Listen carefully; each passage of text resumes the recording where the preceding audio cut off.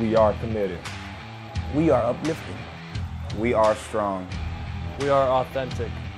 On the field, In the classroom. In the community. It's not just something we do. it's how we live. It's our way. Always pushing one another. Working towards the same vision. Stronger together. This is the CUSA way.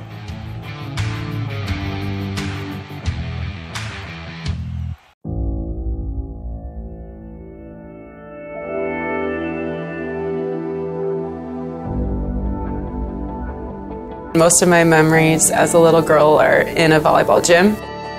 My neighbor, Betsy, I wanted to be just like her. So she played volleyball, I wanted to play volleyball. I was a terrible drawer, but ended up drawing a picture of myself, and I had a USA jersey on, and shockingly enough, it was number 7.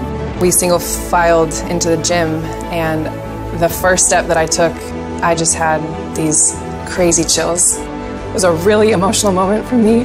What do you want volleyball to do for you? Where do you want this path to take you? I want to be on the USA Olympic team. I want to play in the Olympics one day. Surreal is the word that I have to use because it's something that I never have experienced before.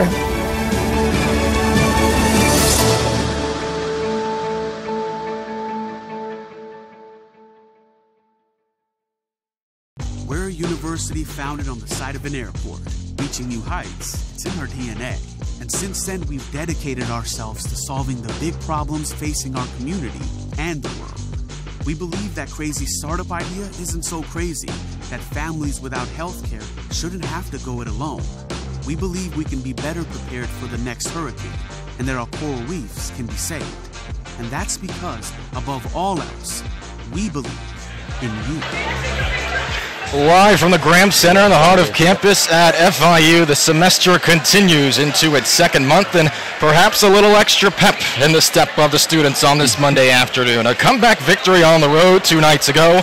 Just a couple hours ago, FIU announced as a top 100 public university by U.S. News and World Report. A lot of good news around the FIU family right now, so pause up to that. I raised my cafe con leche to that. Good times here at FIU. It's the third edition, the third installment of Panther Talk with Butch Davis. AJ Ricketts joined a voice of the Panthers. Great to have you with us this week on Facebook Live here at the Graham Center.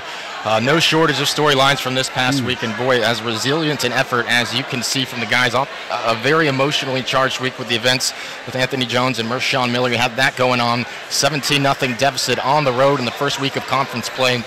A lightning delay. And they came back and scored 21 unanswered points. You have to be so proud of this week's effort. Yeah, you know, obviously Mondays are a whole lot better, AJ, when you win, and we have an awful lot to be thankful for from last week. And you referenced the fact about Anthony Jones and Mershawn Miller, and anytime that something like that happens, I mean, it is heart-wrenching for the players and the team, the families, the coaches and the staff and everybody. And as I told the team after we knew that Anthony and Mershawn were going to be okay, I mean, it literally, truly is a celebration because they are fortunate.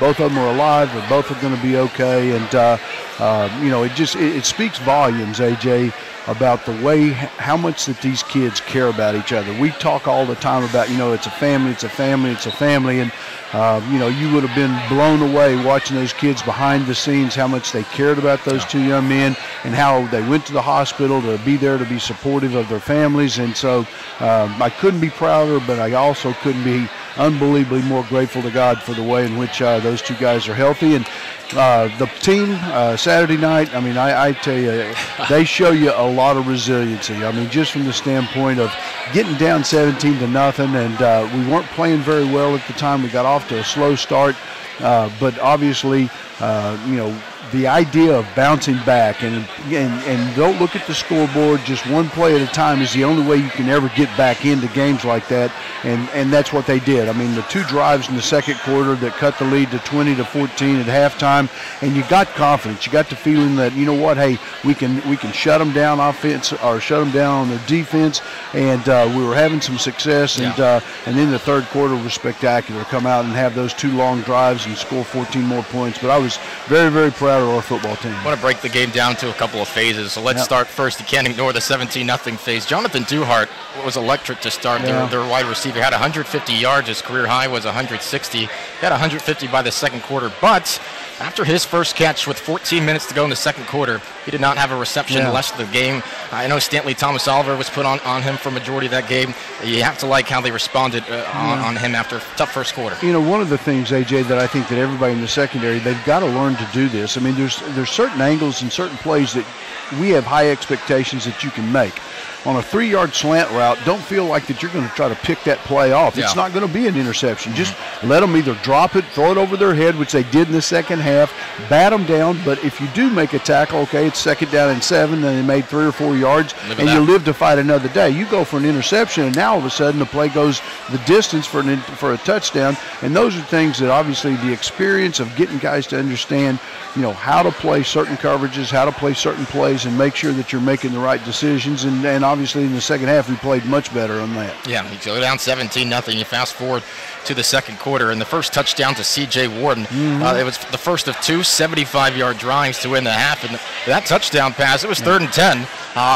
And then Warden gets all alone in the secondary, all by himself. What did you like out of that drive? A 3rd and long, you get a deep shot, wide open guy. Yeah, well, it was the first of a lot of very successful 3rd downs. I mean, we had for the over the night, Tony Gator had 3 critical 3rd down conversions, one being a touchdown. The play that you're referencing right there, you know, CJ did a great job. He set the route up, got down the sideline. The safety obviously was trying to look at the tight end on the inside route and didn't get over the top of it. And you got to really respect James Morgan, the protection to be able to read it and to hold the ball and to make it throw down the field. And then obviously the touchdown. And now you get a lot of, you know, excitement on the sidelines. Guys are feeling good, like, hey, you know what, we can drive the football and we can make big plays. Now the next drive, the next touchdown drive, was a little more adventurous as it got to its conclusion. It's 3rd down and a 16-yard sack by O'Shane Zimenez, but that's negated. He was offside, so instead of a long 4th and goal, it's a manageable situation, 3rd and short.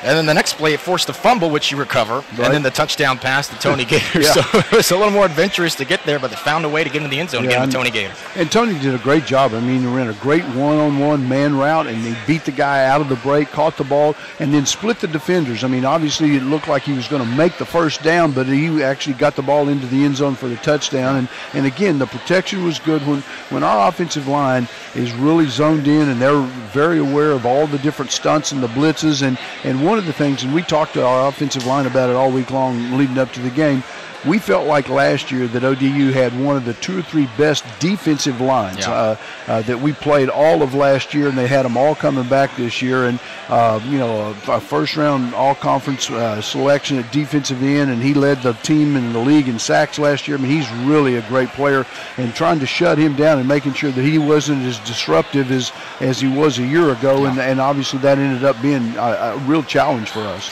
So you go into the half down by 1 possession after the less than ideal start. You have to feel good about that. You get the ball out of the half, and in that 3rd quarter, a 99-yard drive. We're going to show that on the video here. Look, and it started, you know, on the 1. Phillips' first contact with the O-line was about 2 yards, 3 yards deep. We thought it might have been a safety for a second, but you have Phillips involved in that drive, a Maurice Alexander reception, and a lot of yards after the catch. Devontae Price breaks 3 tackles for 18 yards, and then Sterling Palmer, Austin Maloney finish off the drive. 99 yards, 7 plays, less than 3 minutes. As good a drive as maybe all season long. It's awesome. You know, anytime, I mean, you start off with horrible field position, the ball's down inside the 1 yard line, you got be able to take it. I mean, it's very rare that you're going to go 99 yards. And, you know, every one of those drives, AJ, you know, the number one goal that you talk to your team about is it starts with making a first down. It's not about thinking we're going to make a touchdown 99 yards from now. Make a first down, get it off the goal line, and then once you get some space and some opportunities, then obviously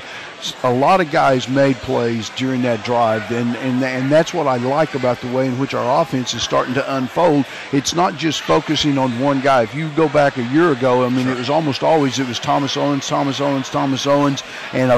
just a little bit of somebody else. And now all of a sudden, you know, we've got 6, 7, 8 guys that are catching passes from the quarterback, 3 different running backs in both of these ball games that have made huge contributions, and that's how you grow an offense. And Panther fans were able to see some new guys involved this week. Bryce Singleton was hurt last week. He was a playmaker. And Sterling Palmer was targeted a couple more times. What did you see out of those guys with extended action? Yeah, well, Sterling obviously is a true freshman, so it's baptism under fire for him because every play and every game and every rep is something brand new for him. But he's smart, he's highly competitive, he's got a terrific athletic ability. I mean, he's going to have just an outstanding career at FIU, and you just like the way in which he's playing. Having Bryce back, obviously it was good. He was close to being back for the Indiana game, and I really respect all of our medical people and our trainer Kevin O'Neill. I mean, they're never going to put a player in any kind of obvious danger. If it's even remotely close, we're just not going to play him in the game until we know for certain that he's going to be able to go 100%. And he came back and obviously played the entire game, and it was great having him back. All right, it's week 3 of Panther Talk with Butch Davis. When we come back, man, we got to talk about that defensive effort. Second half, they allowed 90 yards total yardage, 90 yards for Old Dominion. We'll spotlight the defense when we return live for the Graham Center. It's Panther Talk with Butch Davis. Stay with us. We are stronger together. We push each other to excel. In the classroom, on the field, in the community. Together, we are committed. Uplifting, strong, and authentic. We are building the next generation. And we are doing it our way. Stronger together. Working towards the same vision. This is the CUSA way. We're a university founded on the side of an airport, reaching new heights. It's in our DNA. And since then, we've dedicated ourselves to solving the big problems facing our community and the world. We believe that crazy startup idea isn't so crazy, that families without health care shouldn't have to go it alone. We believe we can be better prepared for the next hurricane, and that our coral reefs can be saved. And that's because, above all else, we believe in you. We are committed. We are uplifting. We are strong. We are authentic. On the field. In the classroom. In the community. It's not just something we do. It's how we live. It's our way. Always pushing one another. Working towards the same vision. Stronger together. This is the CUSA way.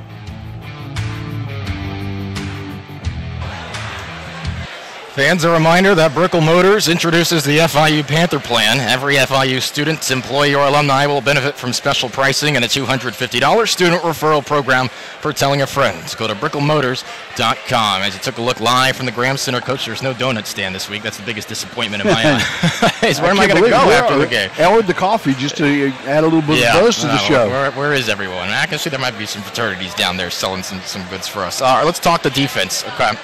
What a second half effort and the adjustments that were made. Just want to read some statistics here defensively to kind of put it in perspective. 3 3-and-outs on the first 4 drives, and the drive that wasn't a 3-and-out still resulted in a punt. A total of 90 yards from Old Dominion in the second half, 66 through the air, 24 on the ground.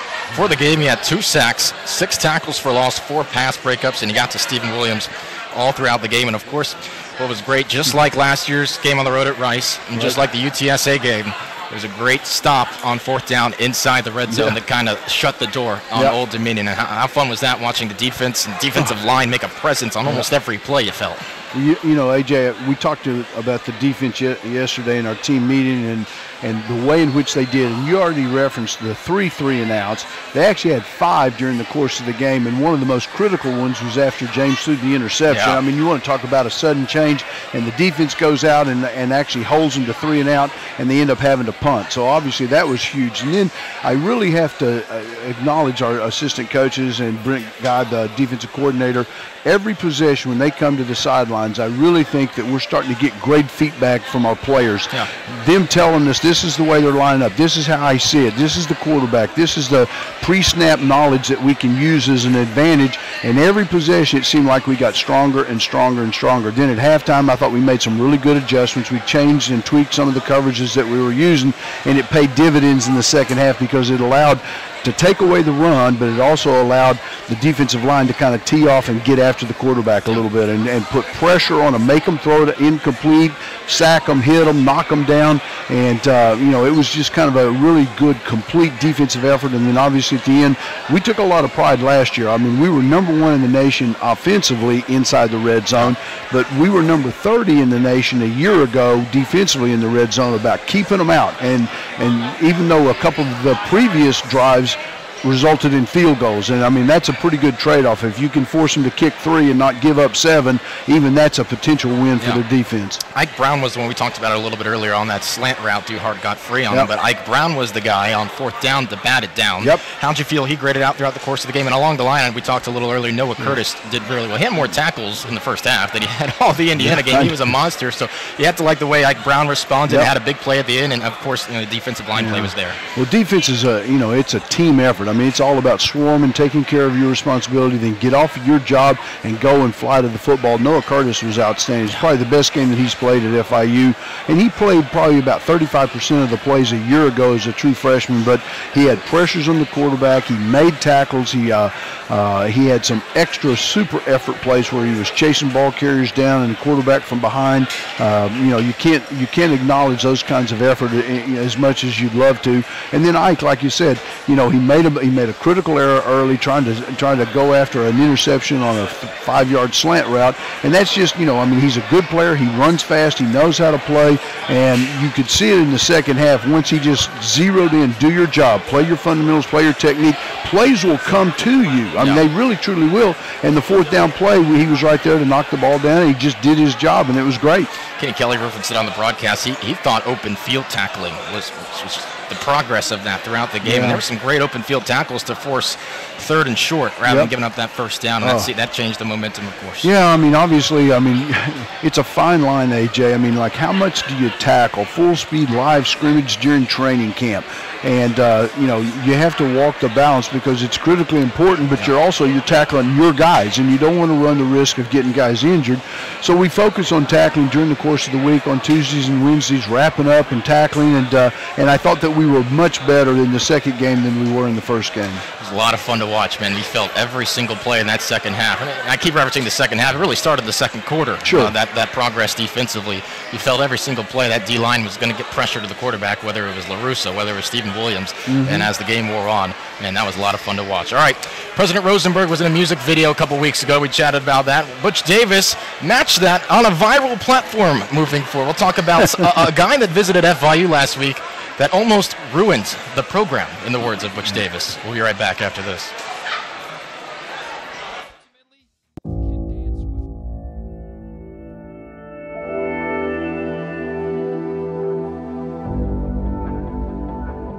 Most of my memories as a little girl are in a volleyball gym. My neighbor Betsy, I wanted to be just like her. So she played volleyball, I wanted to play volleyball. I was a terrible drawer, but ended up drawing a picture of myself, and I had a USA jersey on, and shockingly enough, it was number 7. We single filed into the gym, and the first step that I took, I just had these crazy chills. It was a really emotional moment for me. What do you want volleyball to do for you? Where do you want this path to take you? I want to be on the USA Olympic team. I want to play in the Olympics one day. Surreal is the word that I have to use because it's something that I never have experienced before.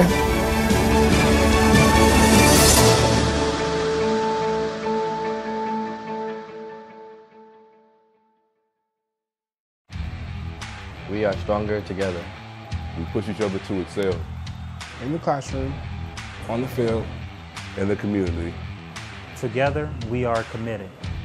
Uplifting, strong, and authentic. We are building the next generation. And we are doing it our way. Stronger together. Working towards the same vision. This is the CUSA way.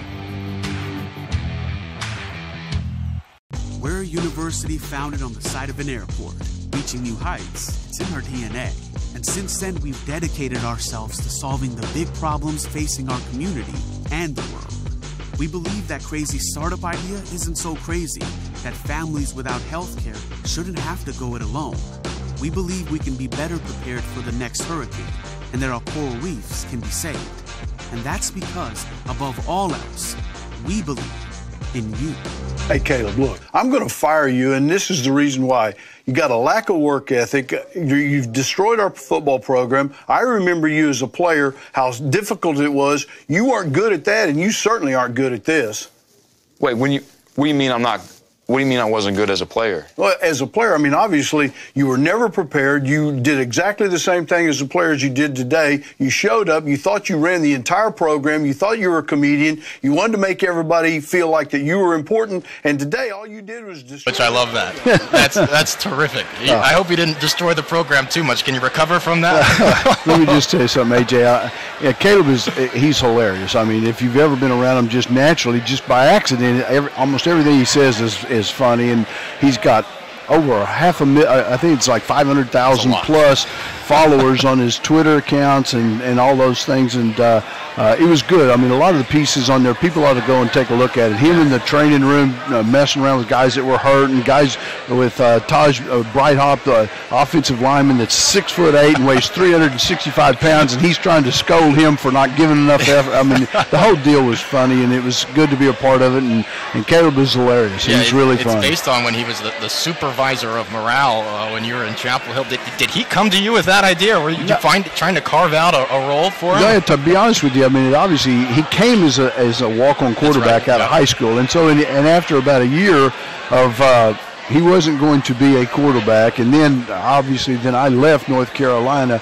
and that's when, you know, instead of him getting kicked off the team, they kind of kept him around for a year with Everett Withers as the head coach, and then they just kept him for a while to morale and liven things up in the locker room and on the practice field. And you see some of the clips of him. He's got on Green Bay Packer jerseys. He's got on all different kinds of jerseys on the sidelines, and games are actually going on, and it's like, oh my Lord. His shtick is wearing the professional jersey of someone who went to the school. So when he was here, he had the T.Y. Hilton jersey. He could have a Johnny Smith now, or a number of other guys that have come out of the FIU program in recent years. That was fun to see. If you haven't taken a look at it, it stars Bryn Renner, Drew Davis, a number of guys with the program. So that was a lot of fun to see following the President Rosenberg music video. All right, coming up this Saturday night, Ricardo Silva Stadium, UMass and FIU as we preview the Minutemen.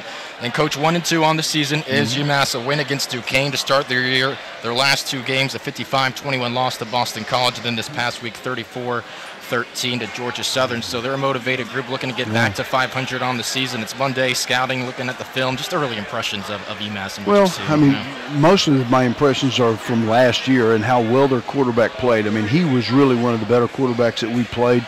They scored quite a bit against us a year ago, and you know, we had to score 62 points, I think it was, to try to win the football game. But we're just now in the early breaking down, watching the film, seeing how they're playing, how many players they've lost, how many guys are coming back and stuff. And one of the things that I know in coaching, it's just like us last week, when you've lost a game, I mean, you're going to rise up. I mean, you're going to try to rally the troops, and you know, they're going to do everything they can to come down here and play extraordinarily well. So we got to prepare, you know. Don't look at the records, just look at the film and make sure that you know your job and your assignments, and you're prepared to play well this weekend. Yeah, case in point, Old Dominion losing by 42 to Liberty, and then they jump out to a 17-point lead. Sometimes a loss can be the best motivation. Coach, 2 games in now, you have to feel confident or encouraged by that ground attack. We had Anthony go for 88 against Indiana, and then Sean Darius nearly had 100 yards that final run to really seal the deal. Seems like the ground game, whoever it's been efficient so far. Well, the running game, obviously, I think is a benefit of the fact of having all the starters back in the offensive line and having some depth, and adding DeAndre Demery at left tackle. I think we're playing 8 offensive linemen in almost every single game, so you feel good about that part of it. But, AJ, I got to be honest with you. I mean, it's great to win, and when you look at the film, you're never as good as you thought you were, and you're never as bad as you thought you were. And there are some areas in that game that we have got to fix. Absolutely. I mean, we cannot do maybe one of the poorest games in special teams that we've played in 2 years. I didn't like anything about the way. I didn't like the way we covered punts, didn't like the way we covered kickoffs, guys, some busting assignments and stuff. But we got to search and make sure that we got the right 11 guys out there to make sure that our special teams plays at a higher level. We played so good against Indiana, so that's an area that we've got a concern about. Yeah, kick return got out to, I think, the 50-yard line Yeah. at the time from Harvard. But again, that defense came right in a 3-and-out. Well, we're looking forward to this weekend. Ricardo Silva Stadium, UMass and FIU, a rematch of that shootout from last season. As you referenced, took 60-something points to really pull away, but Yeah. Alex McGough was on fire that day. He It was at was. the end of the year when the offense was really rolling, so it should be a lot of fun.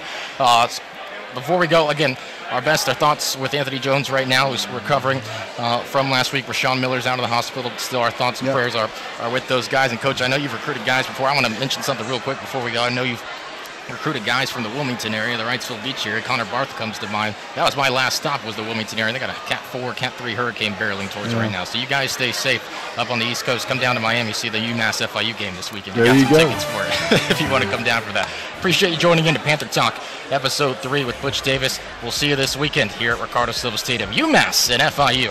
See you then.